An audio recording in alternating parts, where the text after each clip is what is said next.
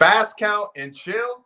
Hey, what's going on, guys? It's everybody. Hey, what's going on, guys? It's Kevin Zwicker from Fast Count coming at you. And I am joined by none other than Robin Lundberg. You can catch him on the Women's Fast Break. You can catch him on the Robin Lundberg Show on YouTube. You can also catch him occasionally on Busted Open. And you can also catch him on the SmackDown Post Show with Denise Salcedo on her channel. What's going on, Rob? Yo, what up?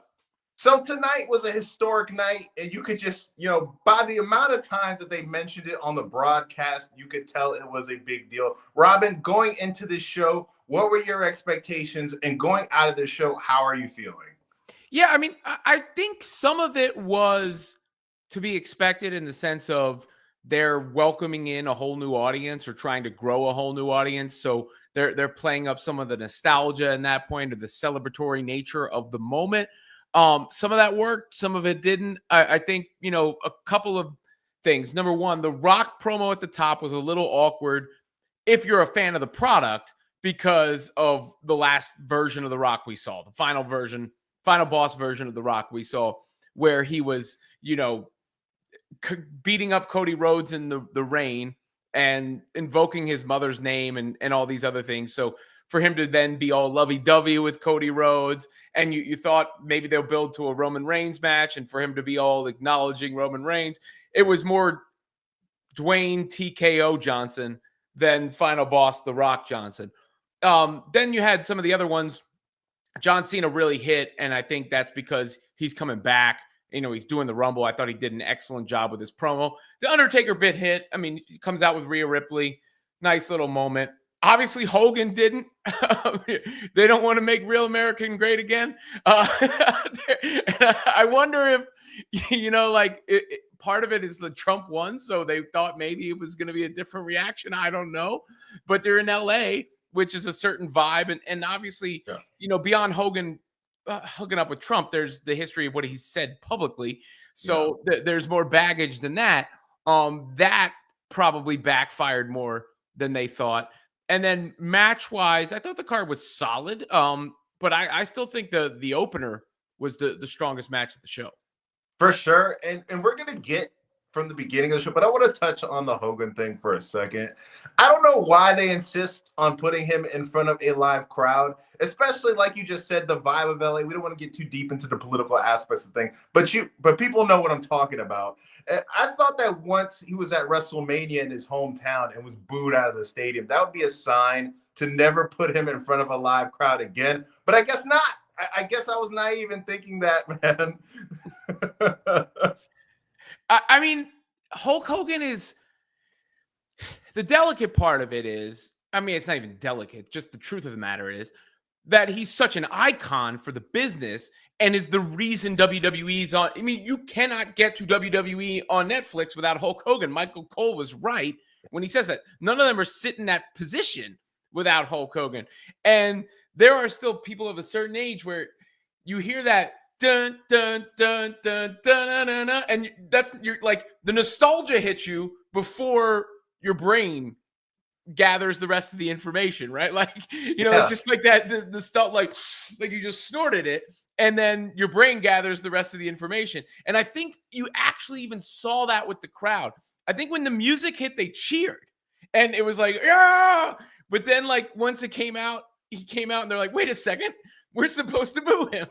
And they all booed him. That's exactly how it felt. Because in the beginning, when his music was playing, it felt like a decent mixture. And at some points, especially on the top of the song, it felt like it was more cheers than boos. But as soon as that went up, it was Boo City for the Hulkster.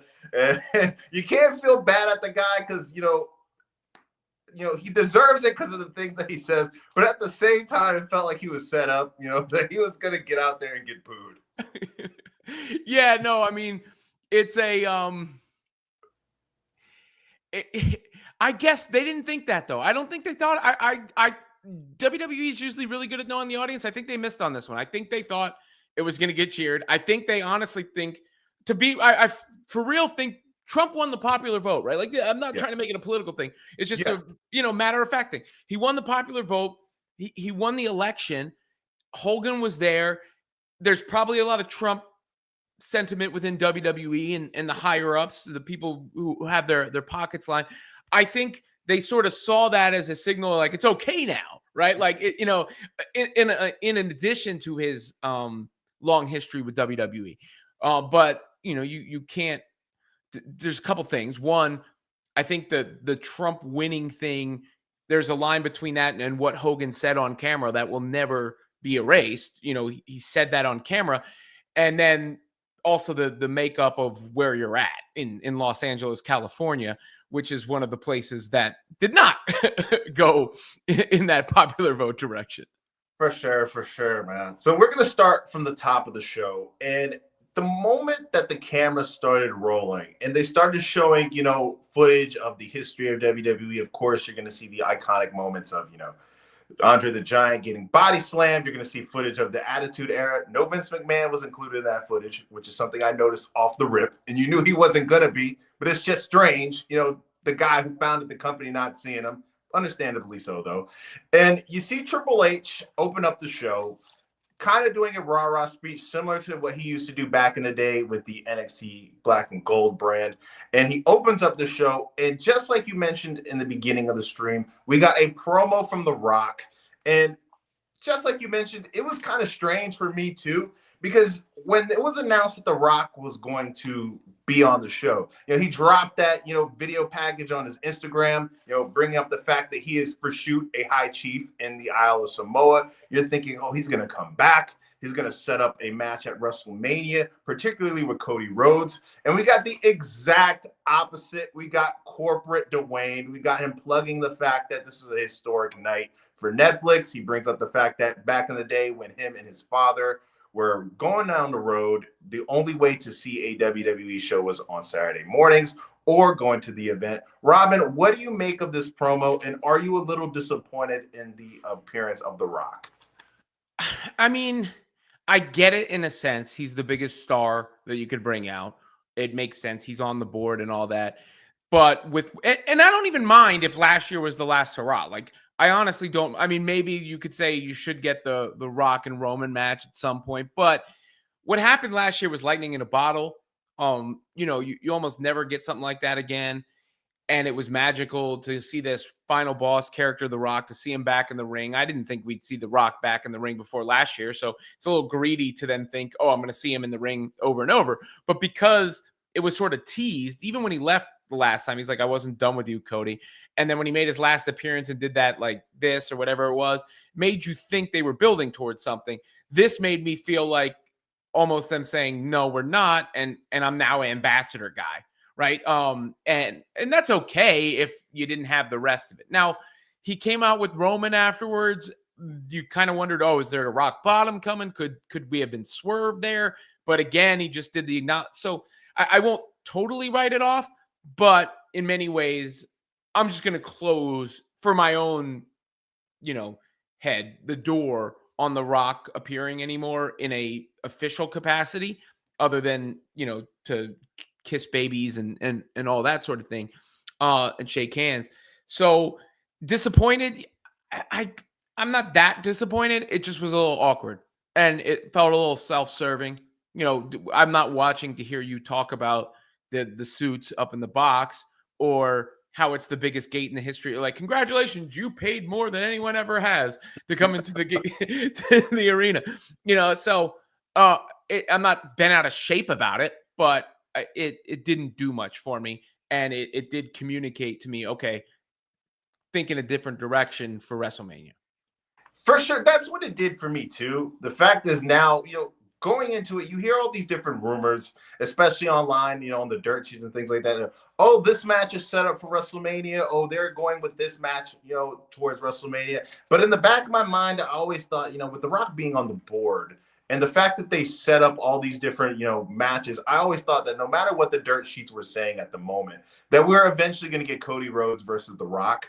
Now, I think all these different rumors, get a lot more credence.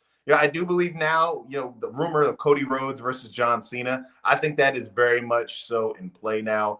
You see, there was rumors the other day about Seth Rollins is going to go against Gunther for the title.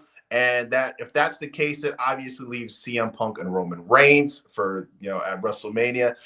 I don't know what to make of this. He's going to be on NXT tomorrow. Of course, his daughter is the GM, on the show. So I'm sure there's going to be some type of interaction between the two. But for me, man, it's just, a lot more. And what also makes it so confusing to me is that appearance that he had at Bad Blood, where he did the thing. Now it's just pointless in my mind. What was the whole point of that if there was nothing that was going to be built, towards a match? Yeah, I mean, unless he thought at the time he was, and something changed schedule-wise, health-wise, whatever the case may be. The Rock's old too. You got to remember that. Like it ain't that easy to get in the ring and even do what he did last year. I'm sure that was probably arduous. So to build for a WrestleMania match, it's difficult. It's probably one of the reasons he pump fake all those other years, right? Like or any of the rumors. So I don't know. That's the part of it that's the worst, is you just kind of threw it away. But it doesn't take away from last year.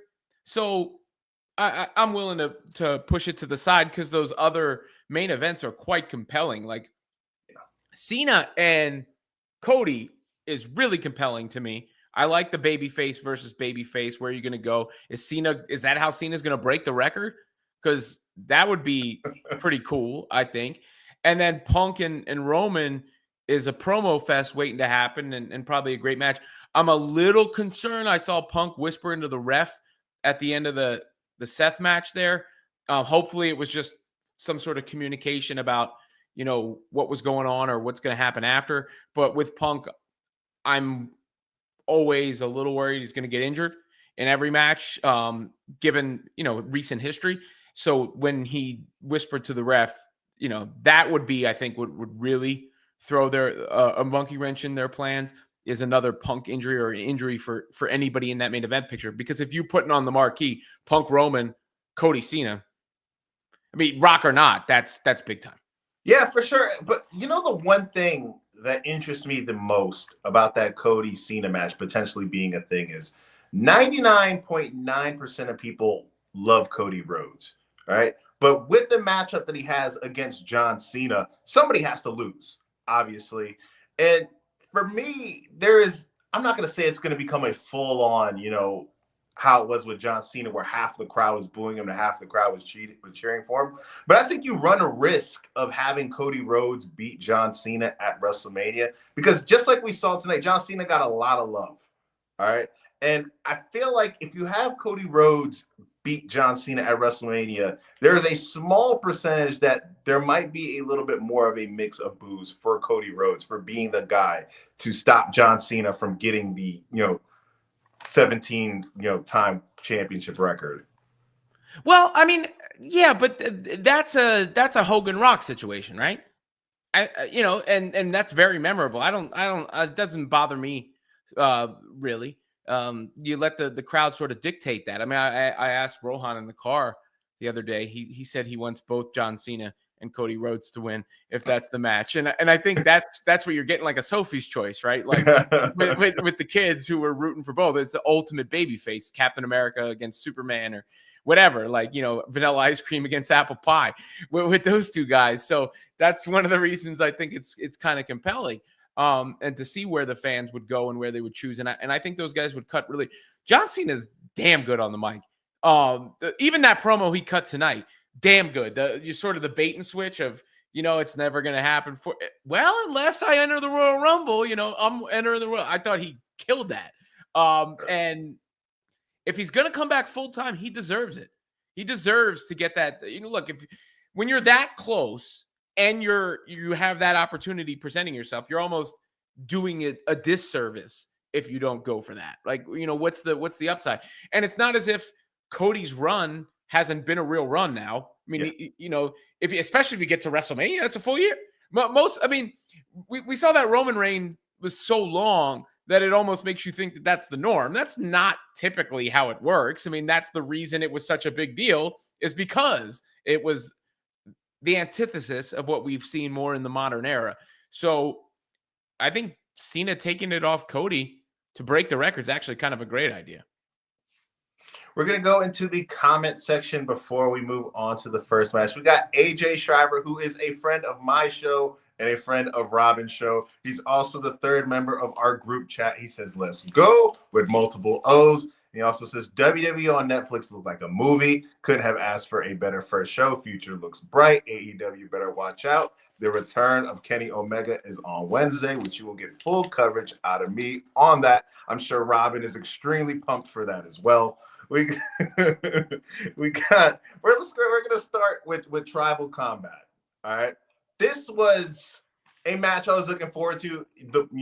This and the Punk match were the two matches I was looking forward to the most on the show. It reminded me a lot of, and the nerdum kind of crosses over when I mention this, Marvel and WWE. It reminded me of the first Black Panther movie where you had T'Challa fight, Killmonger for the right to be the Black Panther. And that's kind of what we saw tonight. You said it on Twitter and you said it to me personally multiple times. You consider Roman Reigns to be the best wrestler today. I truly believe he's in the conversation with just the way that he's able to control a match and bring emotions to every single match. You saw him going up against Solo. You saw Solo describing how much he loved Roman Reigns and how much he meant to him. And you could kind of tell how much it kind of hurt him in the back of his head that he was putting the beats on Roman Reigns early. What did you think of this match, and how do you feel about Roman Reigns taking back the Ulufalu? I mean, look, I thought the match was awesome. I really did. First of all, let's rewind a second. All of this, and I just talked about the title reign, but Roman had the belt for almost 4 years? And every major WWE storyline has grown from that tree. So there's the importance and the significance of Roman Reigns and what his run and his character has meant. I think Solo did a good job in that role, and I would argue this is probably the best match Solo's ever had. It stands out to me. He had a decent one in a cage, but I think this was the best match Solo's ever had. And that goes to Roman because, to me, being the best wrestler is the total package, right? Like, it is, can you cut a promo on the mic? And Roman has gotten great at that. Do you have the presence? Roman certainly has that. Do you connect with the audience? I think of the, organic parts of the show, that OTC chant at the top might have been the loudest that the crowd was for the current performers. So there's that. And then there comes the in-ring aspect and the storytelling. I mean, basically, this is all storytelling. So Roman is great at storytelling in every which way. He's great at doing it in the promos, with the manipulation behind backstage when he was a heel, with even like begrudgingly letting Sammy back into the fold recently, like all these things. And then the way he does it, even the ticks, like, oh, I'm going to call the wise man, but the way his matches are paced. And I understand it might not be everybody's favorite because some people are going to want more fast pace, and I don't want to mock like gymnastic style because I like acrobatic wrestling too. And I like high flying wrestling, and Shawn Michaels to me is the best in-ring performer of all time. And for his day, he was an incredible, aerial wrestler. But why I say Roman, even in the in-ring part, is so great is because his matches always feel like they're paced so well and they build to something. So, but it might like be slow to start, but people will say Jaws is slow to start, right? Until you finally see that. And that's how I feel with the Roman match. Like, you're gripped into what's going on. And then that makes all the other stuff that happens around it bigger. And I thought, he put on the best match Solo's ever had. I thought all the run-ins and stuff worked. I thought the kick, like, did you think they were going to kick out at some of them? I mean, I know there's a lot of your faults, but when Roman ate that series of moves, I thought Solo might win. And he kicked out right on time. And then Solo kicked out of something that I didn't expect him to necessarily kick out of. So I thought that was the best match of the show. And it was one of the reasons for why Roman Reigns is the best in the world. We're emotionally invested in everything around him. And when it comes to the actual performance part, he comes through too. For sure. And the thing that I'm most interested in, now following this is, where do we go from here with Solo? He lost his Ulufalu. You have a guy who's been dedicated, I love you, Solo, something that people say, on a daily basis with Jacob Fatu. And another thing that really interests me too is you got Roman Reigns, but the main, and he got back together with the OG bloodline. But the main reason that they were talking about coming back together was to get rid of Solo out of power. So now that he's the tribal chief, I wonder who is his tribe that he's the tribal chief of now. Because I've always been under the impression that the OG bloodline wasn't going to be a permanent thing. They were kind of just guys who bound together to take Solo out. Yeah, no, that's that's an interesting thing. Like, did he serve his purpose now? And is he just kind of bumped to the side? But I think, the way the crowd was chanting "F you Solo" at the beginning is a good sign for what he's done. And I think the Jacob Fatu bit with the "I love you Solo" is a good thing too. So I don't think it was the end. But I'm with you. I don't know exactly where he gets positioned now, because it's probably, I think his little run in the main event scene is probably done for the time being, but it feels like a waste to do what they did and then kick him to the, completely to the curb. For sure. It's just, I feel like we're kind of going to set up for a match against him and Jacob Fatu or something along those lines, or kind of a storyline where he's a tribesman without a tribe, because I feel like without the Ula follow, there's no reason for the Tongans and Fatu to follow him now. And we saw later on in the night that they're going to kind of have this acknowledgement ceremony for Roman Reigns at the next Saturday night's main event. I'm really interested now in where this is going to lead towards Roman and CM Punk, because like we said earlier, it looks like The Rock is just out the paint, and we're going to get that match eventually. I'm really interested to see what is that favor that Paul Heyman brought up, and how are they going to be able to intertwine that into setting up the match? Because just before we get into the Cena promo, my betting favorite to win the Rumble is Cena. So the way that Punk is going to be able to get that match with Roman, he's either going to win the Elimination Chamber, or the favor is going to play a part into that, in my mind at least. Yeah, no, I think Paul Heyman is the central theme of that feud, right? Like the favor you just mentioned, whatever that is going to be what causes the friction between Punk and Reigns in the first place. And that, you almost sort of teased at it with Solo going to Paul Heyman and saying, "If I win, you're my wise man," versus, the other way around. So I think that's kind of the foreshadowing to that. But it's clear to me that a CM Punk and Roman Reigns feud will be based around the foundation of their respective relationships with Paul Heyman. And we know how good Paul Heyman is on the stick too. So that's, lightning right there in a bottle, right? Like Roman on the stick, Punk on the stick, Heyman on the stick. Come on. Definitely some compelling stuff, man. We're going to move on to the John Cena promo. We had John Cena come out. We got hella love from the crowd. He plugged the fact that we are on Netflix again. He was probably the 30th person to plug the fact that we are on Netflix for Raw. And he came out and he was reminiscent about his past, talking about how LA is where he grew up, figuring out how to wrestle. This is where he was the prototype. He lived at the Venice World's Gym, right there next to the arena. And he brings up the fact that this isn't his time anymore. He's showing a lot of self-doubt. As we all know, he hasn't won a singles match since the first Saudi Arabia show and that one-on-one match against Triple H. He brings up the fact that, you never really say never in WWE, but it's going to be a miracle for him to get a world title shot. And by the end of the promo, we see him put his name, be the first guy to enter the Royal Rumble. Robin, just off the cuff, it's kind of random. What is your favorite John Cena match of all time? Ooh, favorite John. I like the one with Brock Lesnar. John, what my favorite John Cena match of all time? Give me a second, because I'm trying to. That's the one thing about John Cena. I remember his Rumble return. His WrestleMania match with Shawn Michaels was pretty good. I was thinking of Punk and Lesnar, actually. Sorry. His match with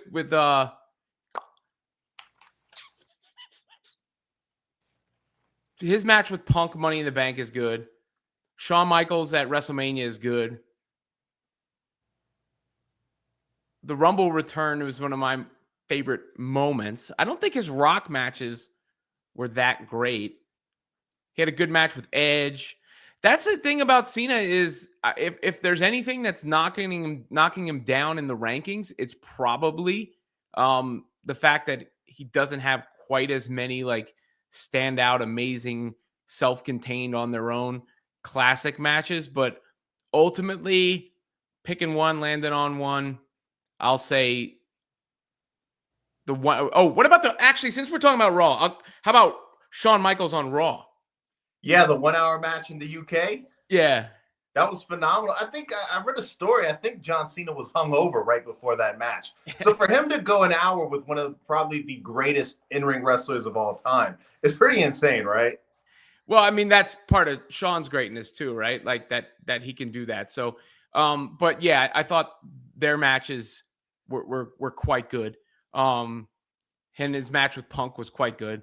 But yeah, let's go with the. That's a common theme with anybody who's had matches with Shawn Michaels is their matches with Shawn Michaels oftentimes are right at the top.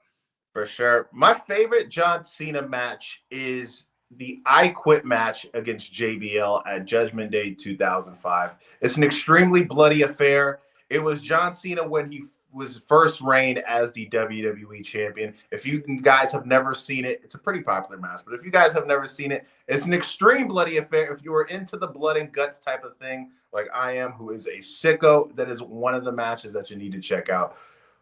Robin, if you were booking WWE, if you had the Booker pencil in your hand, what would be John Cena's last match?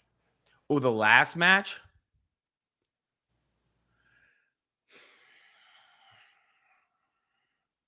Okay, so I'm having him win the championship for sure, like I said. So I don't know if he necessarily has to win his last match. I could see his last match, then him putting somebody over on the backside of that. Who would be the best contender for that? Because I like the idea of him and Cody. I like the idea of him having another title reign. I like the idea of him going against some of the people he mentioned tonight. Logan Paul, Braun Breaker, maybe, Gunther.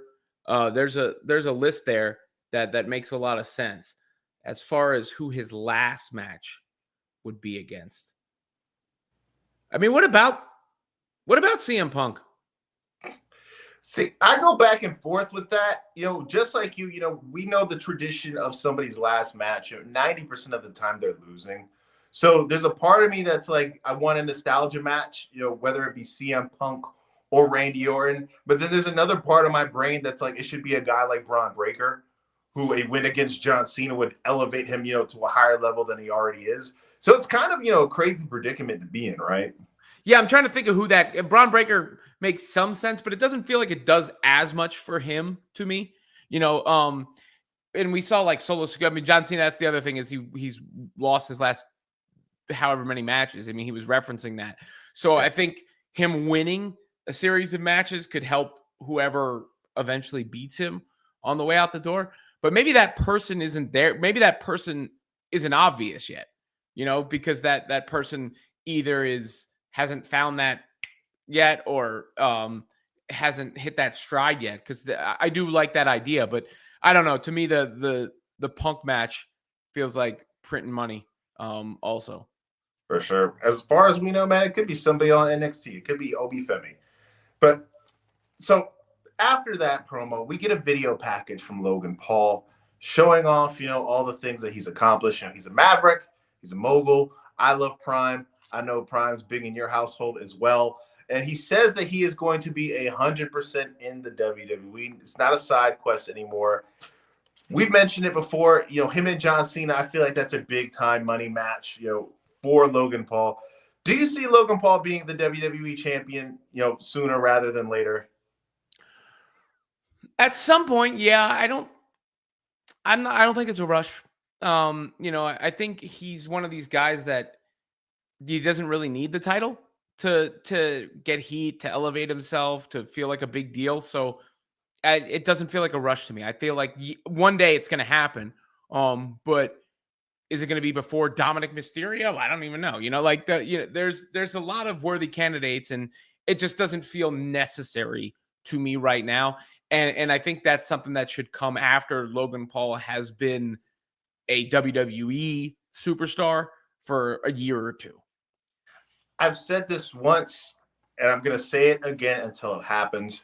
For me, the biggest, maybe not the biggest, one of the biggest money matches WWE could possibly put on is Logan Paul versus Bad Bunny. Doesn't have to be for the title, but at WrestleMania or even a show in Puerto Rico, because they do these big time international PLEs. I feel like that's a big time money match that we need to see eventually, especially, with them having beef about both being Puerto Ricans. Mhm. I think that that's a big match that needs to happen. Yeah, no, that's a good, and I think they would do well together. The one thing it might lack is like it doesn't have the true veteran to sort of carry it per se, Yeah. and I wonder, do either of them get exposed because of that? Because they both look so good, but they've both been in the ring with somebody who knows the ins and outs of it, that can allow them to play to their strengths. But on paper, I think it's certainly a great match, high flying affair, and natural heel versus natural face. For sure, man. So we got Liv Morgan versus Rhea Ripley. This is supposed to be the final match in this feud. They have been feuding all the way back, since SummerSlam in August. We see Rhea Ripley finally regain her women's championship. Robin, I don't know if you ever get this sense of feeling when it comes to the women's division, but for me, it always feels like anytime some big thing happens in the women's division, I always happen to have this feeling in the back of my mind that we're going to hear Charlotte Flair's music. And she's like the boogie woman of the women's division. Of course, she's great, but it feels like anytime something happens, she's lurking in the background, and supposedly she's supposed to be coming soon. Where do you think is the natural, next opponent for Rhea Ripley, and where do you see Liv Morgan going from here? Well, this story needed to end. I think it elevated Liv Morgan quite a bit.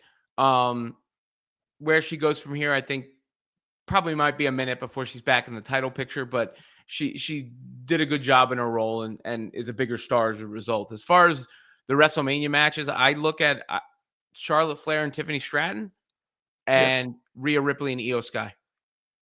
Both of those matches I'd be extremely excited to see. I do think Tiffany Stratton is going to be the opponent for Charlotte Flair at WrestleMania. And I think that Tiffany Stratton obviously should go over.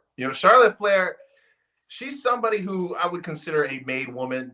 She's done everything that there is to do in the WWE. Of course, she's going to be, somebody who's going to break her father record as well. But, I feel like Tiffany needs to win more than Charlotte needs to win. I think you've said this before. I think I know your answer. Who's your favorite current, women's superstar in the WWE at the moment? I mean, I just named two of them. Rhea Ripley's my favorite, probably. Just like the aura. Let's call it. The Io Sky, I am a big fan of Io Sky as well. And I think it's impressive how over she is without cutting promos, really. Yeah. Obviously. Bianca is incredibly talented, and just about as good as it gets in the ring. So I would say those three with Tiffany Stratton on the come up. Those are probably my core four. But number one at this moment is Rhea Ripley for sure. And we get an appearance by none other than the Dead Man after the match, giving the co-sign to Rhea Ripley. They both do the symbol in the air. He said before that we're never going to see the Dead Man persona, in WWE, again, since he's retired. This was kind of a bit random, but at the same time, it's like, it's always cool to see the Undertaker, no matter what. Where do you fall on this moment? Did you enjoy it? Did you think it was cool? And how do you feel about the Undertaker making his appearance on the Raw Netflix premiere? Well, I mean, what's to not like? It was a cheap pop. I mean, that definition of a cheap pop, right? Undertaker comes out, has a little moment with Rhea Ripley. They're American badasses with their fist in the air, and everybody goes about their day. The Undertaker's last, in my opinion, likely last memorable moment's going to be at WrestleMania this past year, just because it was such a surprise. Because it wouldn't, if Undertaker had been advertised, no one would have cared to the same extent. I mean, there's always a level of respect with Undertaker, and I guess I should have noticed or thought about it because I saw him at the WrestleMania event, Fanatics Fest or whatever it was before. I didn't put two and two together, but because everybody was expecting Austin and it happened in that match and it was Taker, that's one of those all-time moments. I think that's probably going to be the last. And that's no diss. That's just it's going to be hard to ever do that again. Where Undertaker is right now in his status, so he's now Ambassador Undertaker, and this was an ambassador sort of moment and a way to like give the rub to Rhea Ripley. There was nothing to dislike about it. It was a cheap pop. For sure. The Undertaker, we've had discussions about this before. Who's better, The Undertaker or Sting? And anytime I see, The Undertaker on screen, I always think about the back and forth we have on that. So when I see somebody like The Undertaker, I laugh. But at the same time, The Undertaker is somebody who is probably in most wrestling fans' Mount Rushmore, or either in the top 10. I think he has to be in the top 10. He's arguably Mount Rushmore, and he's inarguably top 10. I can 100% agree on that. The next match we have Jey Uso versus Drew McIntyre. But before we even get to the match, we have La Flame, Travis Scott, straight up make an appearance. He walks out Jey Uso to the ring. I'm sure he made history tonight. He was the first person to ever bring out a joint on Monday Night Raw, and nobody seemed to care, which was cool. Well, Robin, it's legal. Yeah, they were in California. What is your favorite Travis Scott song, Robin? I mean, one of them was played tonight. I think that a couple off the last record, I like that My Eye song a lot. The way it transitions into the second half of that song is beautiful to me. Fiend is up there. What other Travis? I mean, Goosebumps is pretty good. I get the goosebumps every time. Let me look at let me see, make sure I'm not missing any. But definitely those two off the most recent record. Though I don't like Playboy Cardi's verse on Fiend. I don't think I like his verse on anything. That song is so hard, though. Look, we have conversations about rap all the time in our text, but one of the things we can agree on is, I'm not a big Playboy Cardi fan either. So if you sit there and say I don't like his verse, I'm not even gonna give you any pushback on that one. I like Oh My This Side. Yeah, too. I like that song too. My favorite Travis Scott song, surprisingly, it's not Sicko Mode. Is probably Quintana Part 2, which is a rough cut. If you guys are longtime Travis Scott fans, you guys would know it's off of Days Before the Rodeo. Phenomenal. But this match, between Jay and Drew, I really liked it.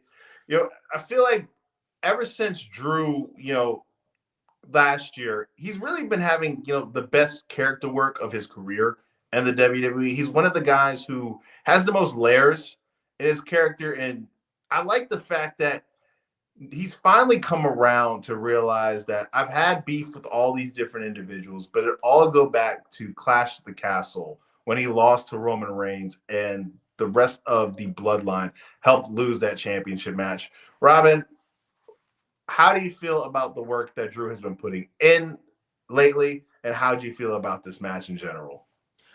I like the fact that Jay went over, because I he's lost a lot of these matches, and it just feels like again is gonna and I like the way it was done, where Drew was clearly the dominant guy, almost had it won, and Drew had that same look in his eyes we've seen so many times that made this character good. Of like, oh, I can't believe it. Like I was screwed somehow, even though it was my own fault. And so I like the finish. The match itself was good, fine. Nothing negative to say about it. It's not particularly memorable, but I like the finish. And I think it was needed for Jey Uso more than it was for Drew McIntyre in this specific encounter. For sure. We've talked about this before. Jey Uso is probably in the top 5 of most over wrestlers on the planet. And I always find it strange, whether it's WWE or any other companies, when you have somebody so hot and the fans are so invested in that person, to have them lose more than they win, I feel like you're kind of trying to take the air out of people's sails when you do that. So for Jay to pick up this win, and I feel like Drew's kind of in this position where he's similar to how Mick Foley was back in the day, where if you really look back at most of Mick's big time matches, he lost them. He lost, the Hell in a Cell match against The Undertaker. He lost, the last man standing match against The Rock at the Royal Rumble. So Drew is kind of bulletproof in that instance. So I agree with you, man. It was a big win for Jay. And I feel like Jay is going to have a big spot at WrestleMania. It may not be one of the main events like we talked about, but I feel like Jay is going to be rewarded somehow, some way with a big time match at WrestleMania. Yeah, no, I mean, it's just impossible to ignore, right? I mean, they gave him that Intercontinental title run as something, and eventually you can't hear that as the people running the company and turn it. Whether that was your initial plan or not, you have to pivot when you see it last as long as it's lasted, and yeet become part of the lexicon. Like, that's never going away. Yeet is now a word, a thing we were going to say for the rest of time. And that's Jey Uso's thing. For sure. There's people who complain about, this bloodline storyline going a little bit too long. But if you really look at it, it's made multiple stars out of different people. Before the bloodline story, Jey Uso was just a tag team guy. Now he's one of the biggest merch sellers in the company. You saw the reaction that Solo Sikoa got tonight. He's one of the biggest heels in the company. And even Jimmy Uso, who was a guy who, of course, obviously he's not as big as Jay and Solo, but even him, he's got his little niche going on. So I feel like overall it's been successful for guys even outside of Roman. Yeah, no, look, I mean, it's so when you look at the bloodline story, right? There's Roman, obviously. There is Jey Uso. Sami Zayn is bigger as a result of the bloodline. There's no question. Solo became a player. Jacob Fatu, would he be thought of as this new up-and-coming guy if he wasn't just initially thrown into the bloodline mix? Maybe not. Cody Rhodes, the reason it felt as satisfying as it did is because it was against Roman. If that had been in, a different match, if it had been over somebody else, I don't think it's the same. I don't think you feel the same way about that. So even Kevin Owens was connected in there. So many different things have sprung out of that bloodline tree. But yeah, I mean, I think when you just say Roman, Jey Uso, Sami Zayn, just those three alone, that's a pretty nice flag to be able to plant. And then The Rock, of course, his whole entire comeback being based around that. The final boss, the WWE GOAT. We go into the next segment and we see Hulk Hogan come out. We touched on this earlier. His music's blaring. At first, I thought he was getting cheered. Obviously, as soon as that music faded, boo birds were out. Robin, do you think that this is the last time we will see Hulk Hogan in front of a live crowd on WWE television? I mean, no. Do you think it should be? Probably, but probably his ego ain't going to want that to be the case. And now he's got a relationship with him. You just got to bring him out like Alabama or something.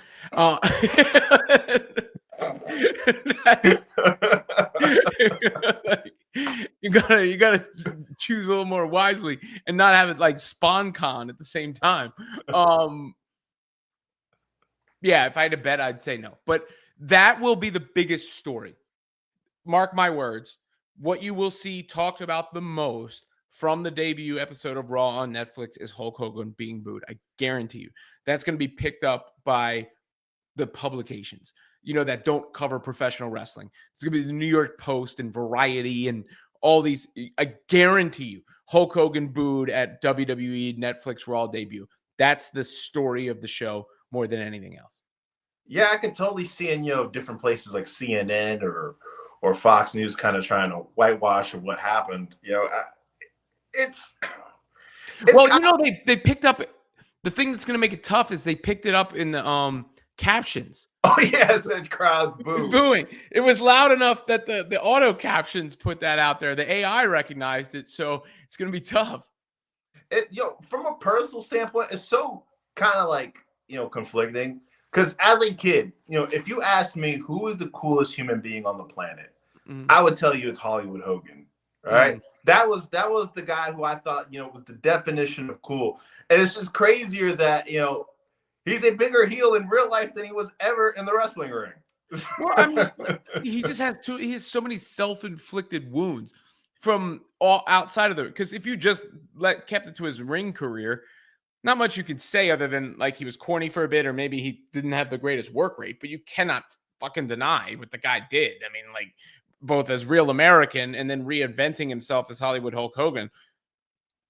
He's on the Mount Rushmore. Whatever you want to say, he just is. And that is that's the pickle. But when you hear all like the drama behind the scenes with him politicking, and that's not going to work for me, brother, which is a small thing in the grand scheme of things, but it's part of the, you're throwing it into the recipe. You add the, Trump rally stuff for the people who are going to feel a way about that. Dropping racist terminology and just, we're all a little racist, I guess, right? Like on camera, that's not it's on camera. It's not like hearsay. It's on camera. And then, even like the, wrestling fans are forgiving. They forgave Chris Benoit for like, the guy has so many self-inflicted wounds in that regard. And he's tied intrinsically to Vince McMahon, who also has a bit of a pariah thing going on at the time being. It's just, that's a lot to overcome. That's a lot to overcome. Do you have a favorite Hogan match? Sure. I mean, favorite Hogan, I like the Shawn Michaels match. That match is hilarious to me. I like the Rock match, obviously. But I would you could make a very good argument that Hogan and Andre at WrestleMania 3 is the most important match in the history of pro wrestling. So I think you have to almost default to that based on significance. Even though, like, I don't even know, I can't necessarily tell you the beats of that match right now off the top. Maybe I'll go back and watch it.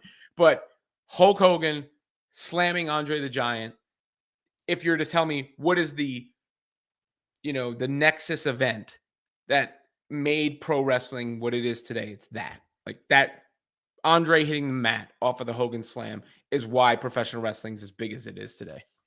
Yeah. I tend to agree with you. If you did a list of the most important matches, just not even WWE history, in just history in general, I think Hogan, Andre is 1A or 1B. I feel like, it's at least in the top 3. My favorite Hogan match of all time is probably against The Rock. I remember when he wrestled Shawn Michaels, me and my dad, we went to a sports bar to watch the match. And if you watch that match, you see Shawn Michaels overselling it and overdoing. And it's just, anytime I think of that match, I think about my dad's confused face looking like this. And, oh, what is he doing? It's just a personal memory, just thinking about my dad just sitting around there looking confused. It's why that match kind of has like a part in my heart.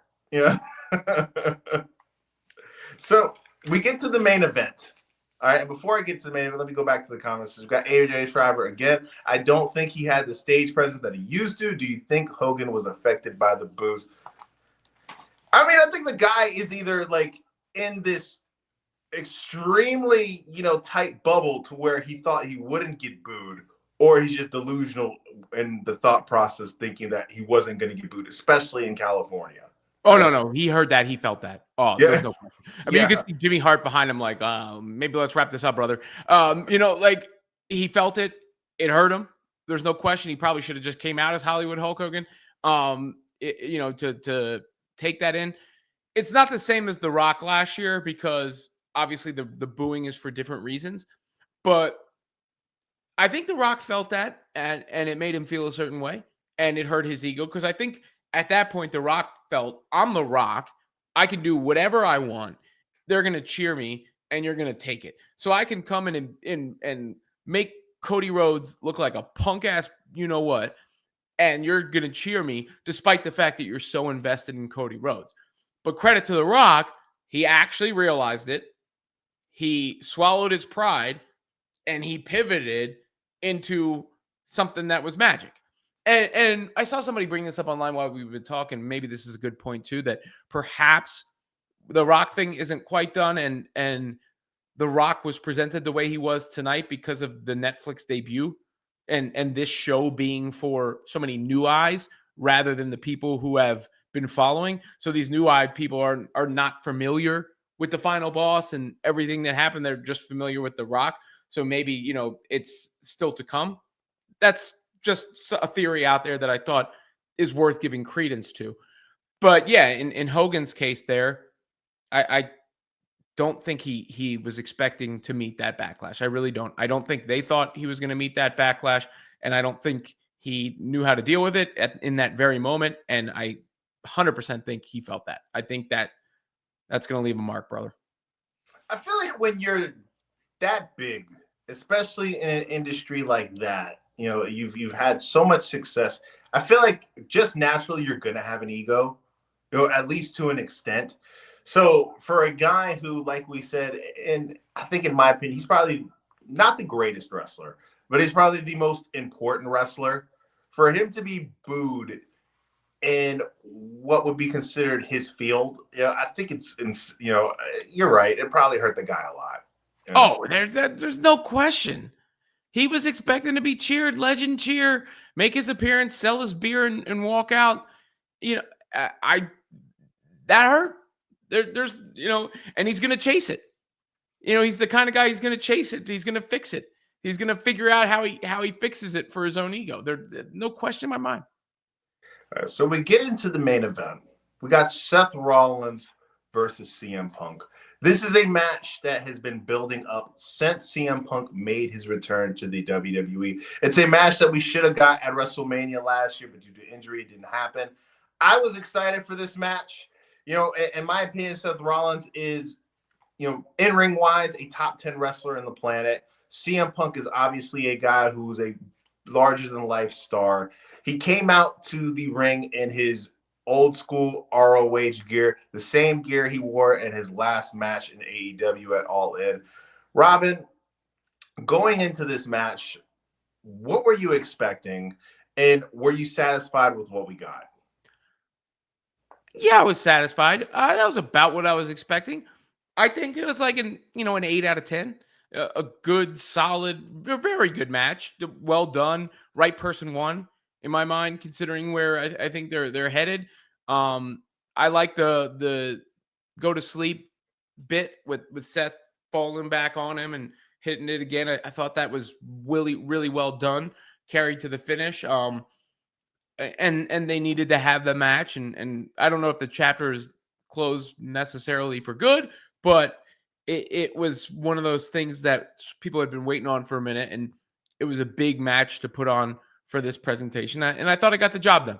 I will say I think Roman and Solo was the best match of the night. And I'm sure a lot of internet wrestling fans will say it was Seth and Punk. I thought that was a very good match, but I wasn't disappointed. See, I like the way that they set it up. Going into this match, they laid it out in front of you. They're saying this is not really going to be a match; it's going to be a fight. And that's kind of the vibe that you got, especially with the crowd being so, hot for everything, all night. This felt like a big time, like boxing type of fight. And like you said earlier, I feel like the right person won because I feel like the direction that Punk is going, he has much bigger plans in store for him than Seth does. And we've mentioned this before too, anytime Punk has a match, there's always in the back of my mind that there's a chance that he could possibly get hurt. And that's not something I'm wishing, but it's just we've been at a point, since he's came back to wrestling that he's been pretty injury prone. He was injury prone in his time in AEW. He got injured, in his first match, on TV back in the WWE. But it looks like, he should be good. We did have that little referee spot at the end where he was communicating to the referee. Hopefully all is good. I don't know where Seth goes from here. I feel like this isn't going to be the last time we see them go one-on-one. I feel like we're going to see them go one-on-one again at the Royal Rumble. And what I would like to see, and this is just me being fantasy booking, man, I would like that the two last guys in the Rumble be Cena and Punk. I think that'd be cool. If we're not going to get a one-on-one match immediately, I feel like that, just a little taste, I feel like that'd be pretty cool. Yeah. I mean, well, they did a spot sort of similar to that last year with Punk in the Rumble, with Cody, right? But yeah, no, I like that idea. a lot. I mean, there's 2 matches now, so you don't have to necessarily win the Rumble to get it. I think Cena should win the Rumble. I think it makes the most sense. I think it's the best way for him to fast track himself to that match. It's a way to do it realistically. So I like, but those got to be the 2 odds-on favorites to win the Rumble, unless somehow The Rock was involved. Otherwise, it's going to be one of those 2 guys, almost certainly. Yeah. What do you think of the idea of Seth versus Gunther? A good match. I don't know. Gunther's in a bit of a no man's land because he was so hot as the Intercontinental title. I mean, one thing that hurt him maybe a little bit was losing that crown jewel match to Cody. But Gunther's just like a walking 4-star match, right? Like, that's the floor. He doesn't have anything below that. So I think it'd be quite a good match. I don't know what it does for Seth, because I don't think you can have Seth win that. And so Seth might be at the point where he needs that reinvention to extend his career, in a sense, like the heel turn or whatever that's going to be. I definitely feel that, this has been a feud and a match that's been building towards, happening, like we said, since Punk has came back. And it was such a big deal that it feels like the guy who lost it, which, from the jump, I always thought was going to be Seth, they're going to be put in a position where this is such a red hot feud that no matter what you do after it, it's going to be a downgrade, because what bigger opponent would be in store for Seth other than Punk to where you could see him win the match? I don't think there's anything, like, I don't think it makes any sense for him right now. I mean, unless you see him go win the Intercontinental title or something, and take it from Braun Breaker. Yeah, I think he needs that reinvention. I think we've gotten everything we can out of Seth freaking Rollins. And credit where it's due. I mean, I think his inclusion in WrestleMania last year turned out to be a brilliant touch of storytelling. But he had the world title run. He was the first one. So that counts for something. But I wouldn't be putting either of the major titles on him right now. And I don't know if I find him particularly interesting. I think the thing that was interesting about Punk is the real life sort of animosity. You don't have that in every other feud. Maybe Roman, you put him in the ring with Roman again, but I don't think he should win that either. So in order for him to have another arc, I think you need a change in his character. Man, we might need to get Hollywood Rollins. He has a small role in the new Captain America movie coming. I don't know. Maybe he should become Hulk Hogan's public defender, and what's so funny? Garner some of that heat. When the Hogan scandal broke out, this is a terrible idea in retrospective, but I thought it was just at the time.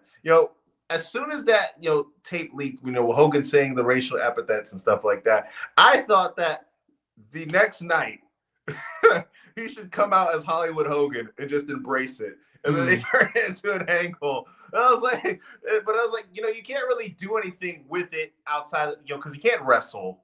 So I think at this point, I think he just sell beer and just go be in the circles that appreciate him. Like you said, he might be all right in San Antonio when they do the Saturday night's main event. Because I don't know if you saw, they're advertising the event. Roman said he's going to do his acknowledgement ceremony. He might be good there because he did the voiceover, promoting the event. Yeah, no, you got to know your audience. And Los Angeles, California was not it. Anyways, man, we're about to get out of here. Robin, plug your stuff. Where can people find you? Yeah, just check me out on social media, all the normal places. I'm probably most active on Twitter or X, go and give it to you. Robin Lundberg Show on YouTube. Women's Fast Break on SI covering women's basketball. And I do the SmackDown reaction show with Denise Salcedo on Friday nights. For sure. And guys, remember to like the video, subscribe if you haven't. It helps the channel out in more ways than you even know. Plus, it's free. I'm Kevin Zwicker, guys. I'm out. Eat.